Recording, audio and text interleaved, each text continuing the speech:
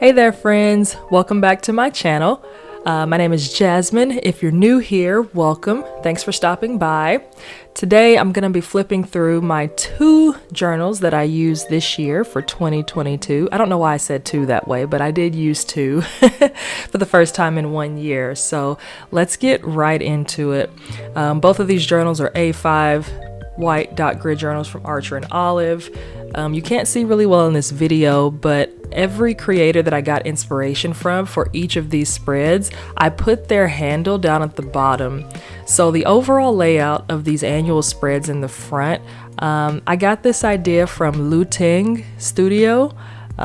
She did her, I believe it was her 2022 setup, or maybe it was 2021, very similar with the titles of the spreads in the middle of the page with a mix of different types of fonts, so I did that as well.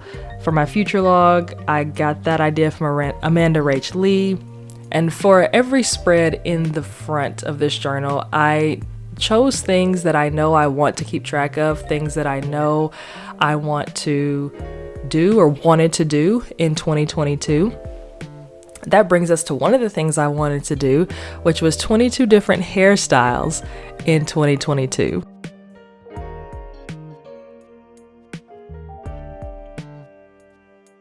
So at the beginning of 2022, I was diagnosed with a kind of rare and very strange form of alopecia, and I was losing my hair, and so I ended up combing out my locks and trimming my hair pretty short. And what I wanted to do was learn how to do my own hair outside of the one protected natural style that I had been wearing for 7 years, and I wanted to learn how to better take care of my hair. I committed to at least 22 different hairstyles, and for each style I took a picture and I posted it here. I was very happy to add these last few, and these stationary scissors from Archer and Olive really do help with tiny details, and the Positivity 10 from that same sub box stores my fine liners. So I was adding my numbers 21, 22, I think 20 and 19 hairstyles that I did this year, and my favorite look of the year. So moving right along, the theme of this whole journal is, what do I need? What do I need that's going to help me be more productive and be more organized? So since we were moving in the middle of the year, what I needed was these spreads for moving, packing up a home, selling the home. I also needed to make sure the dogs were taken care of. I have a lab named Jax and a chihuahua named Tiny.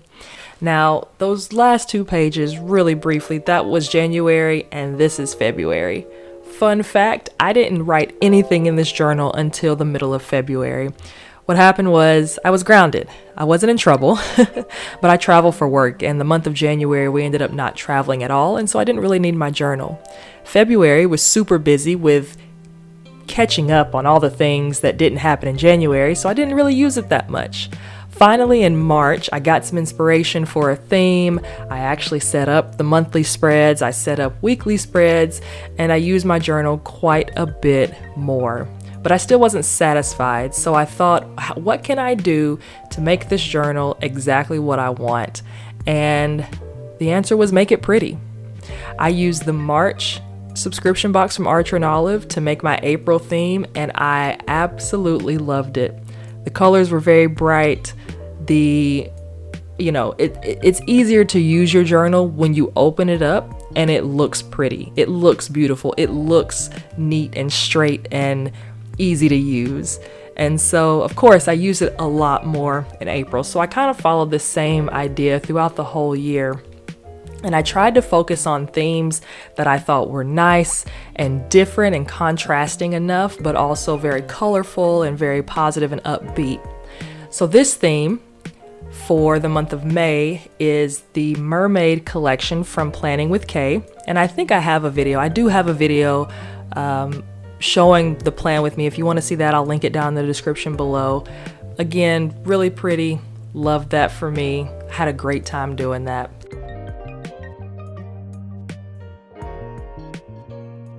This year was the year of my husband and I's New York addiction. We have been to New York now 3 times this year.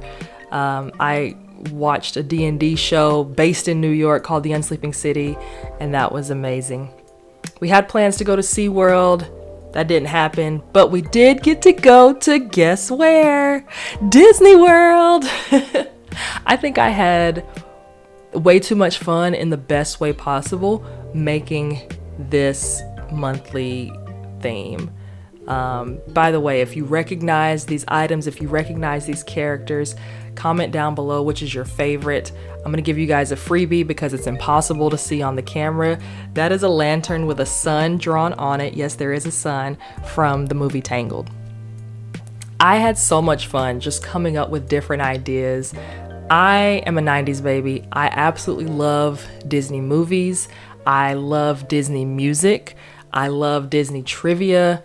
I've been to Disney World once this year, and that's what this spread is. Cataloging all the things that we wanted to do, the things we did, the things that we loved, and Disney just holds a special place in my heart. Continuing with using sub box items for themes, the June 2022 sub box is what I use for my July theme. Very bright, very summery, very appropriate. And because of the items that came in that box, what I did differently this month was do weekly habit trackers instead of monthly. So each of these cards, whether they're in the middle or in this weekly spread, it's kind of a tabbed out kind of piece. Those are where I track my weekly habits, which is fun sometimes. I don't do that often because it's not something that I enjoy doing long term, and I have trouble keeping up with that long term, oddly enough. But every now and then I do like to switch it up and track things weekly instead of monthly. Moving on to August, this is a desk, computer, filing, office productivity type spread. I've done one of these before in one of my friends' journals, but I've never done it in mine. And so I kind of had this mix of computer and tech with applications. So Excel, I think one of those is like a Word document setup. And I really enjoyed this.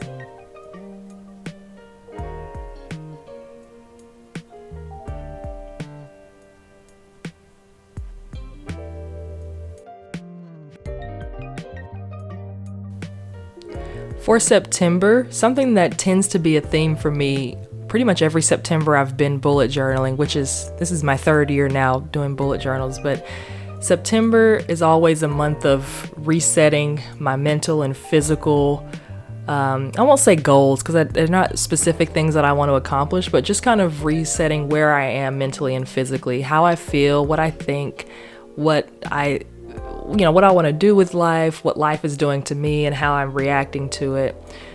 September was a kind of a hard month. I had actually lost one of my good friends in August, and then my grandmother passed in September.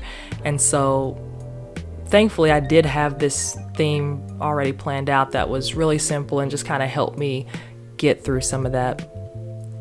The very last 2 pages, those are just some ideas for my 2023 spread, a pen testing page, some pages where I tried to make some stickers, some homemade stickers, and that's it. That's January, effectively February through September. Now we'll take a look at October through December, through now. I had plans to write stuff on this inside cover since I decorated it to match the outside cover. Like I was gonna put some kind of envelope like that in there, or I thought I was gonna make a grid spacing ruler. I thought I was gonna put a quote on the right side, and obviously none of that happened.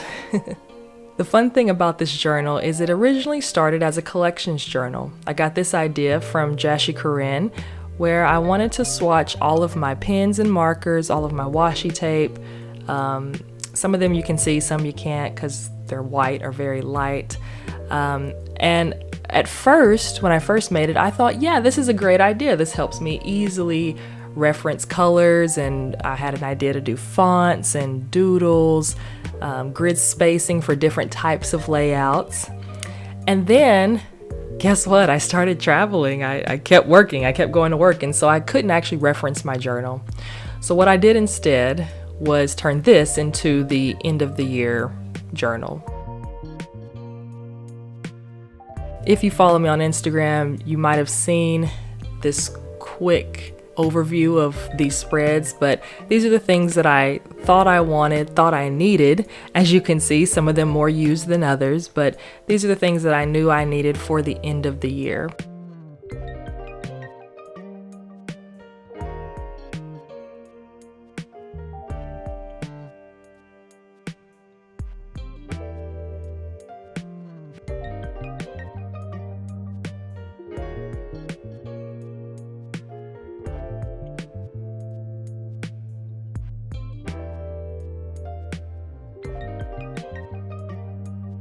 And yes, we moved again. After we moved the first time, we moved again.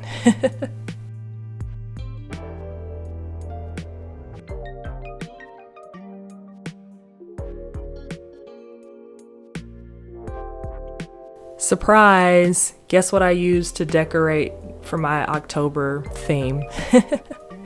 If you don't know, it's the September subscription box, pins and stickers and washi tape from Archer and Olive. It's truly like one of the best decisions I've ever made. They're so cute. It's so fun to replicate some of these stickers. I had this idea of doing kind of these faux Dutch doors all month because I knew I had plenty of pages, and it kind of worked out. As you can see, there's some days where I had a lot to write down. Some days I had very little, but I knew October was going to be busy. November, very reflective month for me. I did a patchwork quilting kind of theme in honor of my grandmother. The holidays aren't always easy for everybody, and with the holidays coming up, I was feeling a little sad, and I just wanted to have something in my journal that reminded me of her and that hopefully wouldn't make me feel as sad without her for the holidays this year. In our family, my grandmother had a tradition that she was fortunately able to give to all of us. She hand quilted, hand sewed quilts for everybody, all of her kids, all of us grandkids. So I love my quilt, and I am so happy that I got that from her. Moving on to December. If you're familiar with the Plant-Based Bride, Elizabeth, on YouTube, then you might recognize some of these pictures. Those are from her January and I think December 21 and January 22 themes. I put them together because I thought they looked great. And you'll see a lot of this is empty because I recorded this in the first half of December. Yay me! I'm so proactive. And then this last page says goodbye 2022. The rest of these pages are just notes, ideas for weekly spreads. I kind of did a follow along with one of Jashi Corinne's videos for weekly layouts. I've got a ton of lists and ideas for themes for 2023, ways that I want to set up my journal, things I want to track, things I don't want to track, interesting quotes and thoughts that I've heard and gathered from people along the way. And that's pretty much what the rest of this journal is going to be. I don't have any plans to actively fill it out. I'll just use it as like a note-taking and long-form journaling as I need it until the pages are gone. And that's it. Thank you guys very much for stopping by. I really appreciate it. Tell me down in the comments, which is your favorite theme? I'd love to hear from you guys. Be sure to comment, like, and subscribe, and I'll see you in the next one.